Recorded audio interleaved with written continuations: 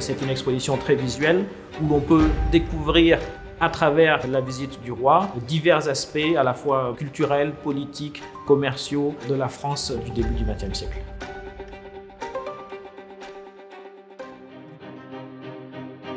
C'est une France qui est au sommet de son expansion coloniale, au sommet de sa puissance.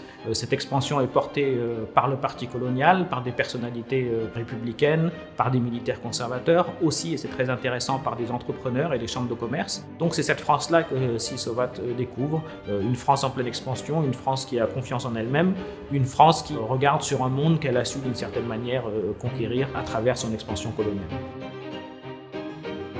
Les Français s'intéressent à cet empire colonial. Il y a un mélange de romantisme et d'exotisme qui fait qu'on s'intéresse à ces lointaines contrées où la France est présente. Et c'est quelque chose qu'on va retrouver à travers l'exposition parce que la visite de Sissovat permet d'une certaine manière de matérialiser ce lointain empire exotique. On découvre la France à travers les yeux de Sissovat et on découvre aussi le Cambodge à travers les yeux des Français. On voit l'engouement de la population française pour l'empire colonial.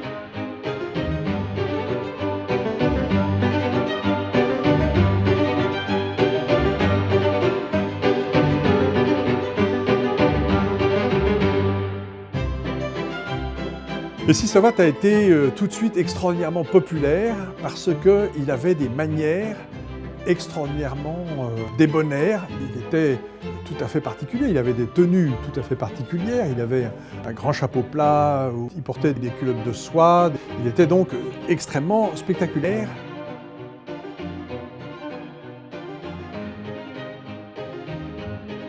Et alors le roi s'étant accompagné par la troupe du ballet royal, les Français, un public a découvert les danses.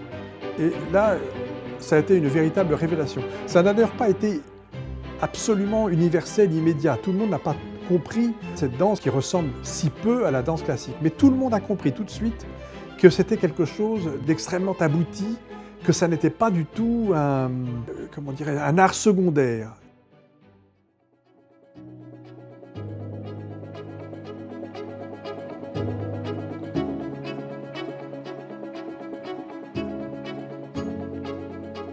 Le thème de la visite du roi Sissovat en France se déroule aussi en toile de fond sur la question de la rivalité franco-anglaise, notamment qui se matérialise au niveau du tracé de la frontière entre le Cambodge et le Siam, puisque derrière le Siam, il y a l'Angleterre. Donc on a en toile de fond un contexte géopolitique.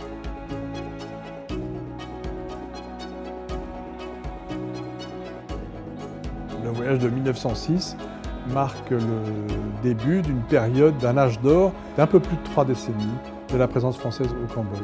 Et d'une harmonie, d'une convivialité, extrêmement paisible et d'un développement et d'une prospérité du pays assez remarquable. On nous montre dans cette exposition peut-être une centaine d'objets, alors que nous possédons plus de 1000 objets, cartes postales, photographies, coupures de presse, archives, traités anciens, pièces commémoratives, notamment la médaille émise par la Monnaie de Paris pour commémorer la visite du roi en 1906. Et donc en réalité, nous avons un fonds documentaire absolument considérable. Nous avons encore beaucoup de très belles images dans les réserves du musée.